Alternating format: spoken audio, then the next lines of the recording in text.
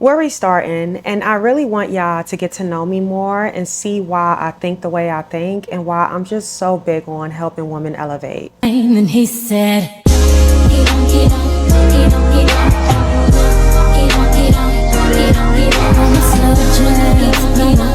Hello, everybody. Welcome if you are new, and welcome back if you've been coming here. I am so happy to have you. I'm so happy to be doing this video. It feels so good to just really give y'all just an overall foundation of why I'm so passionate about what I talk about and just share more of me in general so you could really get to know me more. I feel like when it comes to a lot of people, especially women, our mind, body, and money, which is why I'm so big on those three, it always tied back to like one of those.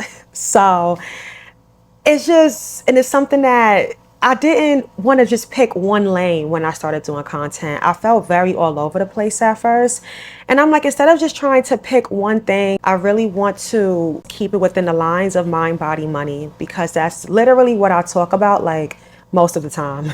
So, and more so like the psychology behind it, like really just helping you and helping us really get better with all three of those things. So more of a mindset that I really want to tackle within this channel, because it'd be a lot of limiting mindsets going on. It'd be a lot of self-doubt. It'd be a lot of just learned behaviors, just things to heal from, myself, you as well. It's just a lot that we have to grow from, right? And I want us to do this together. When it comes down to overall my childhood, I had an overall great childhood, okay? I did. I played around a lot, watched a lot of TV, played a lot of video games. Now, the challenges more so started at home when I was a kid. My mom and my father were together, but they split up shortly after. I was still a baby, still super young. And then my mom moved on to my stepfather. I would say it definitely came with goods and it came with challenges as well. One of the goods that I really, really admire about them was they were really big on entrepreneurship. And I'm very big on entrepreneurship, and I really understand them way more now. I've always found it very admirable, honestly, when I was a kid, to get out of like, just to try something different. You know, I've always heard of like people just working, like, right, 9 to 5s, like that was really standard within my friendships, within people I knew, a very standard thing to have a 9 to 5. But I was living in a home that, yes, although they did have 9 to 5s at one point, they was transitioning out of that to go into entrepreneurship mode, more so like the music industry, because my stepfather was a singer. So that's one thing I did admire, because it was different, right? And like me being where I'm at today, when I see how flip-floppy these jobs are, a lot of these jobs are, and it's honestly way worse. Like, it's way worse now than what it was back in their time. I feel like it was more stable jobs back in their time. I think about what they've been through, and I'm like, yo, like, I just gotta push through this. I gotta do this, and I gotta really see this vision through. I feel it so deep in my heart to really escape the just the overall like feeling depleted from work and having a job you don't like and clocking in somewhere that's not even paying you your worth, and you work so hard and then you still trying to make ends meet. Like, it's just, I have nothing against corporate, right? Like, I will even do corporate, like even another field or something like that, but I am just very big on not letting one job or whatever, one income dictate how you live your life. And I feel like a lot of these jobs these days really dictate a lot of our lives, because they're the only thing we can really depend on. And look, I understand that everybody's not the like entrepreneurship type or whatever, but I am big on like, if you're going to have a 9 to 5 or you're going to have a job, it's great to still like invest into something, or just invest, right? Be smart about something, start something, so that like you don't just put all your eggs in one basket. Because I put all my eggs in one basket so many times, and it didn't work out so many times. So I don't know how your experience is. Maybe you've been at a job for 15 years, 20 years, 30 years, right? Not the same. The longest job I had was 3 years. 3 years, y'all. So, and I'm 32. So do the math. And I've been working since I was 15. I'm 32 and my longest job was 3 years, 3.5 more so. So you can only imagine how many jobs I've had within 15 years. So that was something I really admire about them. I'm not going to really go into the bad, but I would say one of the bads I've seen, definitely struggle moments. When my mom and my father split, of course, my father is working on getting his life together. Although he did buy me, new sneakers at times. And you know how it be. Like sometimes with certain parents, they buy you like one pair of sneakers every 3 to 4 or 5 months, which led to me not being one of the flyest kids in school, which led to me getting teased a lot I was teased on and off from kindergarten to 8th grade. Yeah, a long time, on and off. And I mean, I heard so many things about myself, like, oh, you don't dress fly enough. Your body is too flat. You don't got big enough boobs. You don't got big enough butt. Your hair is too short. Like I've heard so much, right? And at one point, somebody tried to call me ugly, which is crazy work. But I always knew it was crazy because I never really thought I was ugly. That's the crazy part about, like, even since I was a kid, I never really thought I was ugly. I just felt in my heart that I just wasn't as popping as the other girls in my school, right? So, anywho, due to me getting teased for so many years, it led to me getting a lot of lack of self-esteem. A lot of lack of self-esteem, okay? And I wasn't really used to male attention. I was used to the boys I like having a crush on, more so the popular girl, the more fly girl.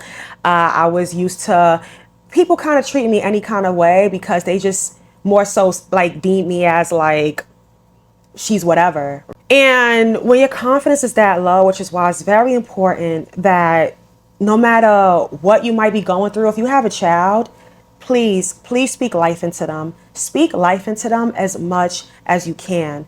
Okay, tell them how beautiful they are. Tell them how special they are. Create that open dynamic where they feel comfortable telling you about boys and just all kind of things, because they're gonna really need that guidance. As they get older and older, they're gonna keep hearing a lot how much they're not good enough, or how much they should settle, or they're being unreasonable. Just try to do your best to make like your child more and more confident. Okay, it's gonna play such a huge role. And don't get me wrong, like yes, like my mom and my father would give me pointers, like they would tell me, oh, you're beautiful, like they would tell me stuff like that. Or Danae, you shouldn't settle for this, or they would tell me stuff like that, right? But me personally, if I was to have a child, I want to teach them so much more of the nitty gritty because I know how important that is, right? And of course, like don't expose them to too much and overwhelm their little brains, but you grow over time. You just start from young, like, oh my God, you're so gorgeous. Like you keep speaking that. It's like you're now affirming things. I want them to think like my mom wouldn't want this for me, or like I really want that to be in their head, or even the way I carry myself. If you're gonna bring a child to this world, please try your best not to bring them into poverty. All right, like really, really try your best. I know it's not always something that you could predict. Really try to bring them into an environment that's just going to have their vibration as high as possible.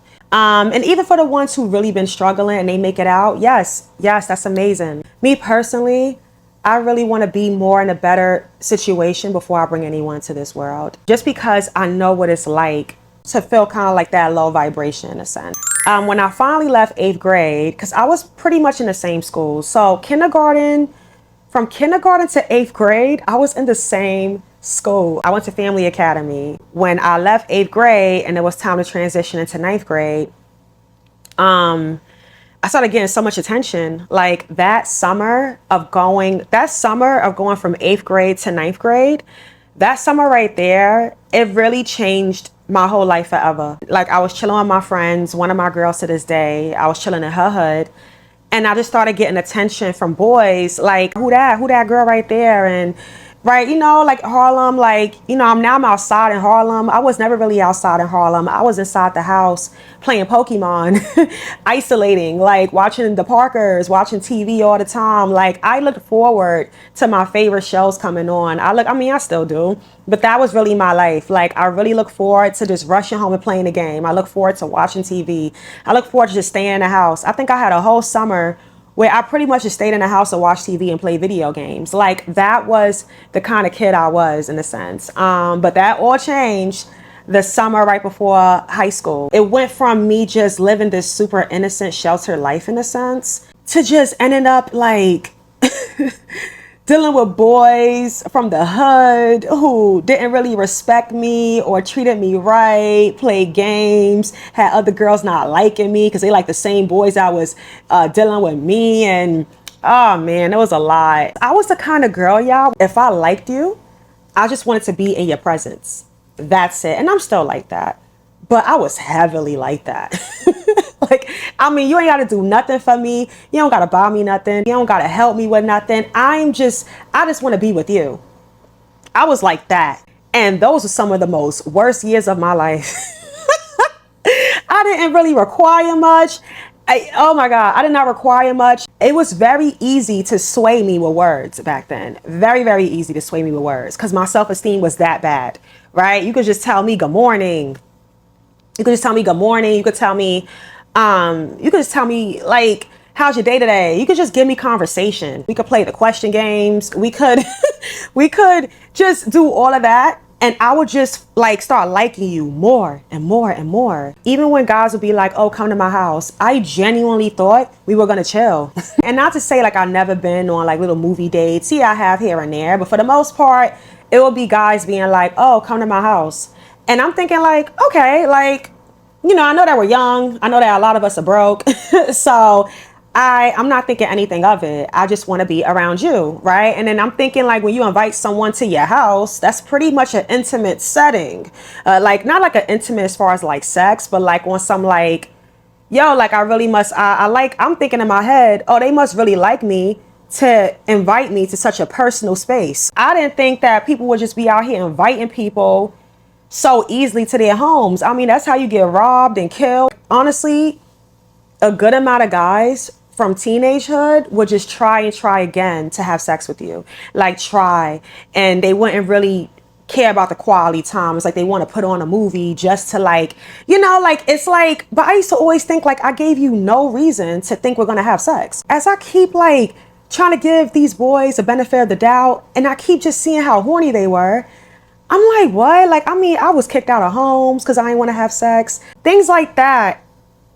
It starts changing you, okay? It starts to change you. You go from being like, yo, I really just want you for you. Again, I'm still like that. I still love love. However, I had to get wiser. I had to get smarter. When you keep going through these ghetto experiences due to the whole core of it, which is low self-esteem, okay? My low self-esteem and honestly, my lack of awareness when it comes to like how boys can play games or certain things they could say to you, like make sure they always take you out first. Or yo, like if he really says this, it's certain things they're gonna say to try to manipulate you, like really giving me the play. I had to learn a lot of it on my own from what I've seen and from experiences. And I just went through a lot in teenagehood, okay? Like just disrespect, a lot of disrespect, a lot of just hard decisions I had to make. Had my self-esteem would have been higher, of course, I would have just been more on like some, no, like I'm not,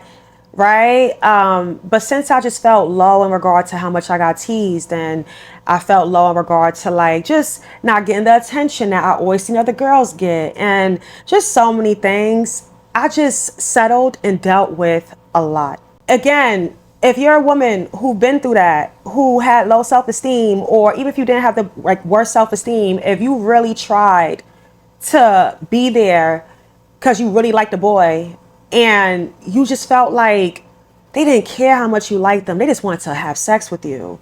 After a while, it's only so much someone could take, especially when these boys come to you. So the way they say, oh, women want money, women want money, we just felt like he's want our body, he's want our body. You know, so when I kept going through so many of these things, I'm like, this is just not working. This is just not working. Me expecting so little, it does not work. Honestly, my final straw, my absolute final straw was in my early 20s when it was a boy I was like dealing with and I found out he had a girlfriend the whole time. and the girlfriend had a problem with me because her man cheating. That's when it was just kind of like, all right, bro, that was like my last straw mentally. Then I ended up with my ex, who turned into a long-term relationship. Then I went through so much with friendships and money and just mental health. My whole point is that I am the way I am due to a lot of disappointment. A lot of disappointment, a lot of being taken for granted, a lot of just feeling neglected, a lot of like, due to me settling, now I gotta pay the repercussions. And I've seen it with other women too. I've seen it with women in my family. I've just seen it so many times what happens to women when we settle in all three of those areas: mind, body, and money. In my 20s, I got bigger, I gained weight. I was like around pushing 225 pounds at one point, and I'm only 5'6". So that's way too much, right? And I even seen how I got treated off of being a bit bigger compared to now that I lost like 40 pounds at this point. Yeah, like 40 pounds. And even with money, like I said, corporate and entrepreneurship and just so many things I've seen. So mind, body, and money play such a pivotal role in the woman I am today. And I've learned so much about all three of those things as a woman, which is why I'm like, it's no way that I can know all this or go through all this and not feel the need to share with other women. The first thing I really want you to work on is your self-esteem, loving yourself, self-love. I'm telling you, when you work on that, everything else falls into line more and more. It is mandatory. It plays a part in damn near everything you would do in life. God, me personally, me and God are locked in ever since I got closer to God. Probably about 8 years ago. That was the best thing I could have ever done for myself.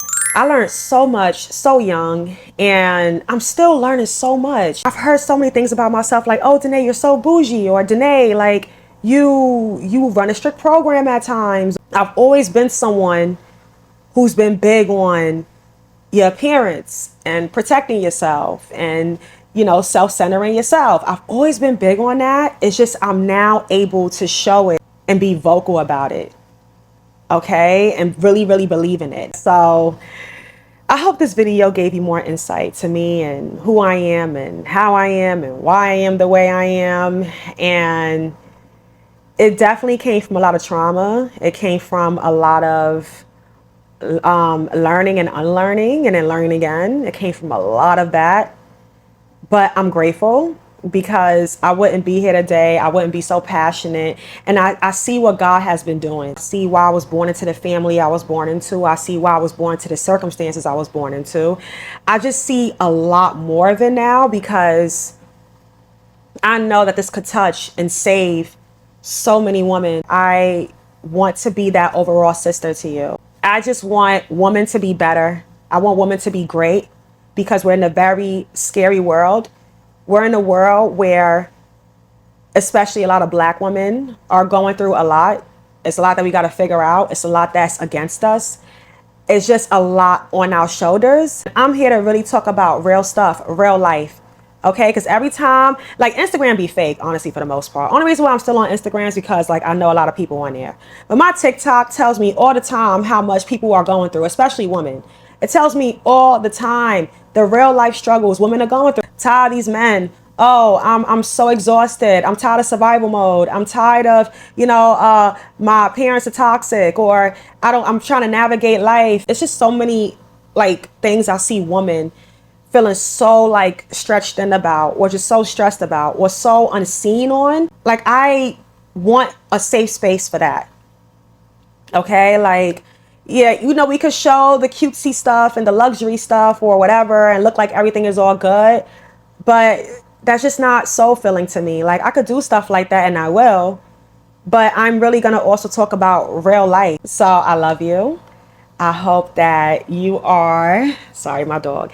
I hope that you are well. I hope you're having a beautiful summer. Let's work on healing ourselves together, getting healthier together, and making more of this money together. Like, okay, so be safe, be well, love always, and until next time, y'all, bye. On a slow journey,